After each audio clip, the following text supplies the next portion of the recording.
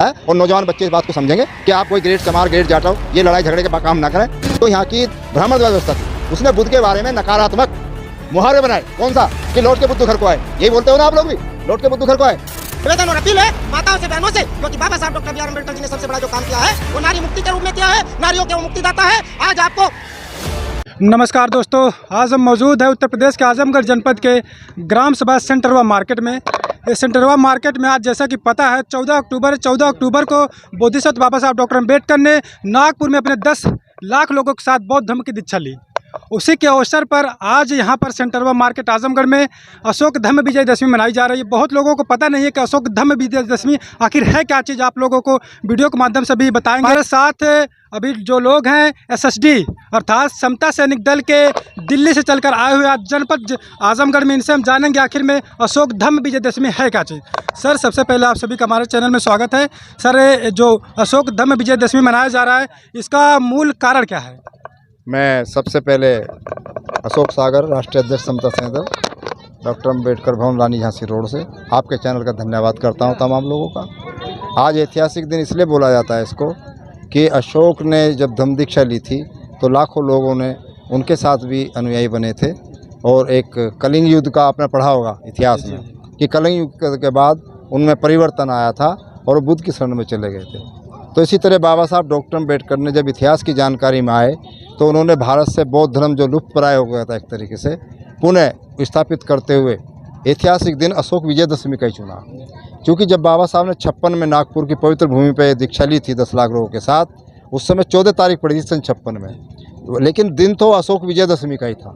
इसलिए भारत में जो भी हमारे अम्बेडकरवादी हैं, बौद्ध अनुयायी हैं, वो तारीख के हिसाब से भी मनाते हैं अशोक विजयदशमी पर भी। इसलिए इसमें निर्णय लिया गया कि इस पर्व को दोनों तिथियों में मनाया जाए लगातार। इसलिए 14 तारीख पहले पड़ी है तो 14 तारीख से लेकर 24 अक्टूबर तक अशोक विजयदशमी तक लगातार वहाँ पर कार्यक्रम चलेंगे। लाखों लोग भगवान बुद्ध बाबा साहब के अनुयायी नागपुर की भूमि पर 24 तारीख में जो लोग जाना चाहें, जो लोग दर्शन करना चाहें, लाखों करोड़ों की संख्या में वहाँ पर लोग आते हैं। और आप जब जाएंगे तो आप एक नई ऊर्जा आपके अंदर आ जाएगी। जैसे आपका मोबाइल रिचार्ज होता है ना, इस तरह जितने भी अनुयायी हैं जब वहाँ जाते हैं तो दोबारा से आंदोलन के प्रेरित हो जाते हैं। तो ये बहुत महान दिन है, मुक्ति का दिन है। जब इसी देश के लोग हमारे अपने लोगों को चारपाई बैठाने के लिए तैयार नहीं, अच्छा कपड़ा पहनने के लिए तैयार नहीं, देखकर खुश नहीं, ऐसे समय में बाबा साहब डॉक्टर अम्बेडकर ने हमारी पूरी दुनिया के अंदर हमारा नाता जोड़ा। यानी कि इस कंट्री के लोग तो हमें पास नहीं बैठा रहे हमारे समाज को, और बाबा साहब ने पूरी दुनिया की बिरादरी से जोड़ा हम लोग को बुद्ध का धर्म देने का। और बुद्ध का धर्म सामाजिक समानता का धर्म है, समता मैत्री भाईचारे का धर्म है, बुद्धत्व का आधार है, न्याय पर आधारित है। बाबा साहब ने जब भारत का संविधान लिखा था तभी भी मैं उसमें सब बुद्ध का अनुवेश किया है सारी चीज़ों का।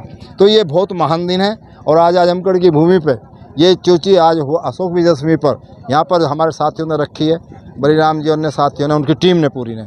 हम भी अपना फ़ख्र महसूस कर रहे हैं कि आज हम भले ही नागपुर की तरफ ना हो, लेकिन महाराष्ट्र की तरफ ना हो, लेकिन आज हम उत्तर प्रदेश की अपनी भूमि पर आजमगढ़ में हैं, जहाँ बड़े बड़े ख्याति प्राप्त लोग हुए हैं। कैफी आजमी, शौकत आजमी, सबन आजमी और राजनीतिक क्षेत्र में इसमें बहुत ज़्यादा प्रबलता है। इस क्षेत्र के अंदर राजनीतिक क्षेत्र में जो भी अपने अति पिछड़ी जाति के लोगों, शेड्यूल कास्ट के लोग हैं, सभी बहुत सक्रिय बात है, सभी भागीदारी रही है। ये पंचशील के झंडे दिखाई दे रहे हैं आपको, तमाम लगे हुए हैं सब लोग, पुराने साथी सब लोग हैं। तो आज का दिन महत्व का दिन है, क्रांति का दिन है, मुक्ति का दिन है, सांस्कृतिक धरोहर का दिन है। जब हमारे पास 33 करोड़ देव देवता थे, हमारी मुक्ति नहीं हुई, लेकिन बाबा साहब ने बुद्ध का धर्म देने के बाद उनकी विचारधारा से तमाम समाज की मुक्ति हो गई। समाज अब आगे बढ़ रहा, हम ही नहीं सभी लोग। कहने को तो लोग कहते हैं कि बाबा साहब हमारे समाज बहुजन समाज के नेता हैं, अब तो वो तो सीधे बोलते हैं दलितों के नेता हैं या जाति का भी नाम ले देते हैं। नहीं, बाबा साहब डॉक्टर अम्बेडकर ने सबके कल्याण की बात कही है। यदि बाबा साहब केवल हमारे लिए थे तो देश का प्रधानमंत्री जो ब्राह्मण गांव का प्रधान नहीं बन सकता, देश के पहले प्रधानमंत्री पंडित जवाहरलाल नेहरू बने इस कंट्री के अंदर बाबा साहब की वजह से।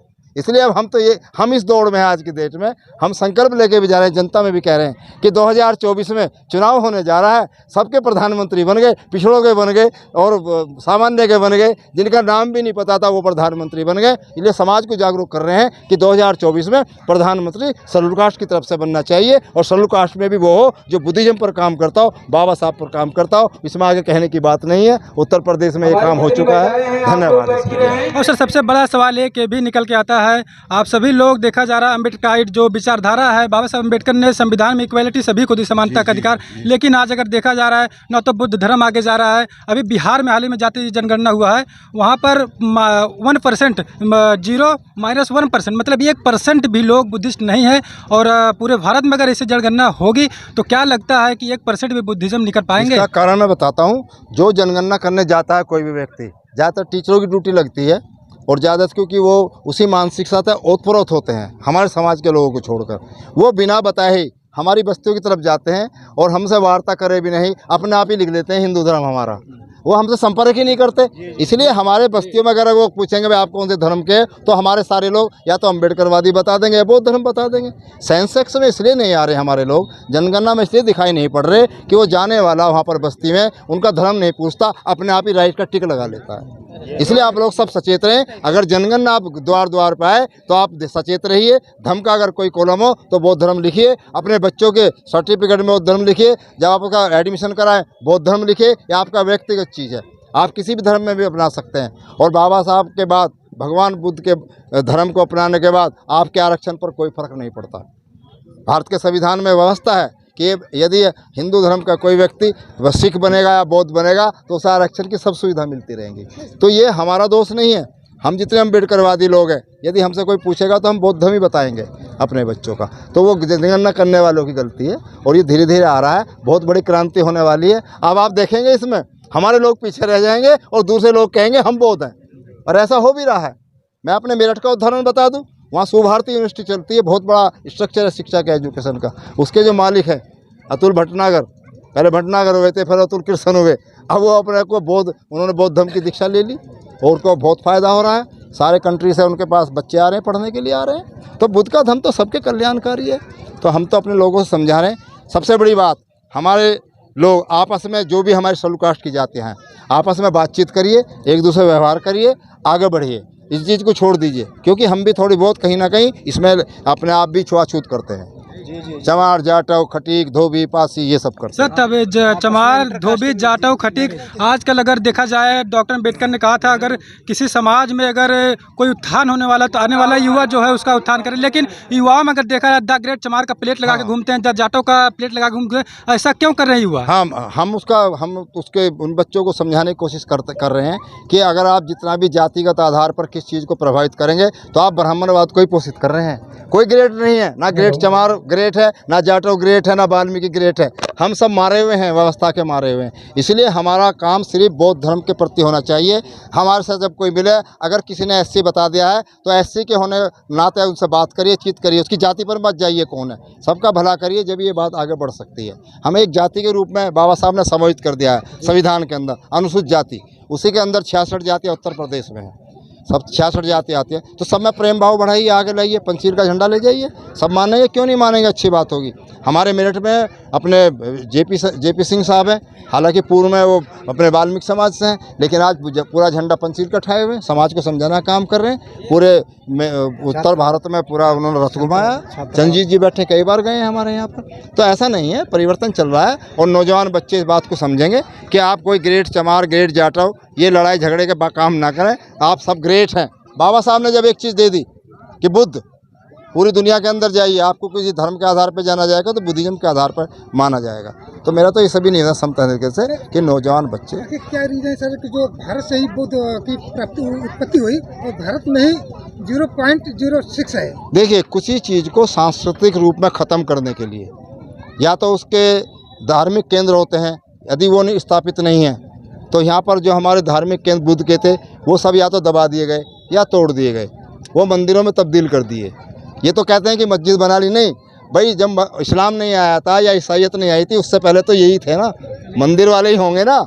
तो उसके बाद हमारे चीन के 84,000 किसने कहाँ गायब कर दिए? अशोक ने 84,000 शिलालेख, गुफालेख सब बनवाए गए थे, वे कहाँ चले गए? उसका इतिहास क्यों नहीं बताते? तो ऐसा नहीं है।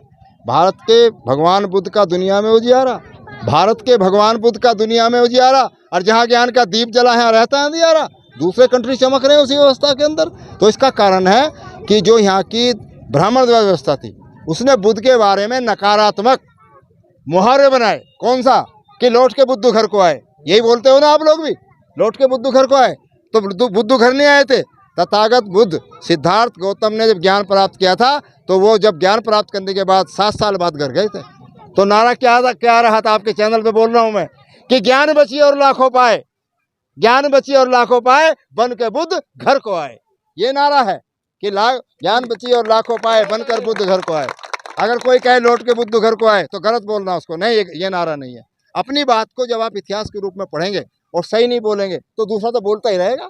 आप भी ना बोले कभी भी कि लौट के बुद्ध घर को नहीं आया था, बुद्ध सिद्धार्थ गौतम बुद्ध बनकर आए थे। एक बहुत और कहावत आती है कि काला बामन भूरा चमार, ऐसा बोल देते हैं कि काला बामन, नहीं, ये भी कहावत गलत है, ये ब्राह्मणवादियों ने बनाई है। सर लोग कहते हैं नहीं, असली कहावत सुनिए क्या है कि गरीब ब्राह्मण विद्वान चमार, गरीब ब्राह्मण विद्वान चमार, और हमने नहीं मानी किसी से भी हार, हमने साबित कर दिया इस चीज के। तो सर लोग तो कहते हैं राम जी जो है अपने घर आए थे, लोगों ने, वहाँ के लोगों ने दीपक जला के उनका स्वागत किया। सांस्कृतिक चीजों को चेंज करा ना, उन चीजों को, वो तो 7 साल बाद बुद्धि आए हैं ना, चेंज कर दिया। हम इस पर ज़्यादा नहीं जाएंगे, हम अपनी तरफ से मना रहे, अपनी तरफ से मनाते रहे। हमने तो अपनी चीज़ों को, अपनी सांस्कृतिक धरोहरों को आगे ला रहे, तो हमारा यही काम है कि अपनी धरोहरों को आगे लाएं।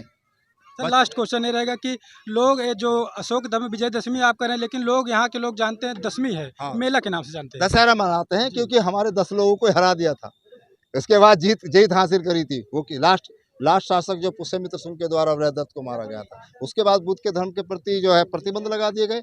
जिस समाज का शिक्षा का, सैनिक का, सबका बल का आप खत्म कर लोगे, उसके पास कुछ नहीं रहेगा।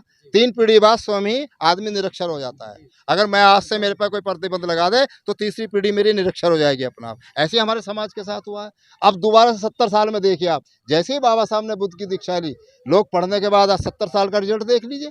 किसी भी क्षेत्र में हम पीछे नहीं है। लेके MLA MP चपरासी बाबू IAS IPS, कई क्षेत्र ऐसा नहीं छोड़ा हमने कि जहाँ हम ना गए हों। अभी आपने देखा चंद्रयान पे पूछा है, वहाँ पर हमारे वैज्ञानिक बहुत सारे लड़के लड़कियाँ सामने आए हैं इसमें। तो हमारा कोई ऐसा क्षेत्र नहीं है। एक प्रधानमंत्री वाला खाली है भी हमारा, और अब क्या कोशिश कर रहे हैं कि 2024 में हम ही प्रधानमंत्री बनेंगे। जय भीम, जय भारत। बहुत बहुत धन्यवाद सर। तो अभी आपने देख लिया कि जिस प्रकार से आज लोग दशमी मनाते हैं, और एक हमारे उत्तर प्रदेश के अध्यक्ष हैं, सर क्या कहेंगे कुछ आज अशोक धर्म विजयदशमी के अवसर पर?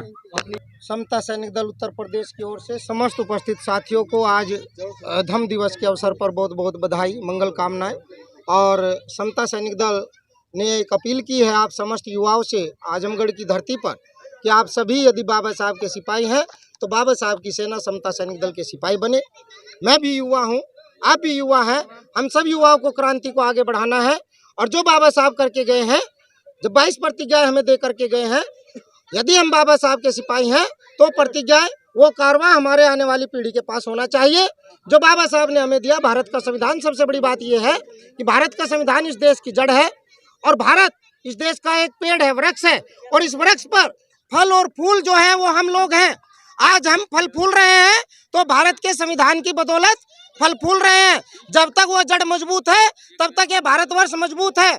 जिस दिन वो जड़ कमजोर हो जाएगी, तो भारतवर्ष जैसा वृक्ष, ये पेड़, ये विशालकाय पेड़, और उस पर फल रहे, फूल रहे, फल और फूल सब मुरझा जाएंगे, सब गिर जाएंगे। इसलिए मेरा देश के युवाओं से आह्वान है, निवेदन और अपील है, माताओं से, बहनों से, क्योंकि बाबा साहब डॉक्टर BR अम्बेडकर जी ने सबसे बड़ा जो काम किया है वो नारी मुक्ति के रूप में किया है। नारियों के वो मुक्तिदाता है। आज आपको और आने वाली पीढ़ी की नारियों को बचाना है, उनके सम्मान को बचाना है। तो भारत रूपी जो वृक्ष है, उसकी जड़ों को, यानी भारत के संविधान को मजबूत कर लीजिए। मैं समता सैनिक दल उत्तर प्रदेश की ओर से PP सिंह अशोक बोध, प्रदेश अध्यक्ष समता सैनिक दल, यही आपसे अपील करता हूँ। जय भीम, जय भारत, जय संविधान।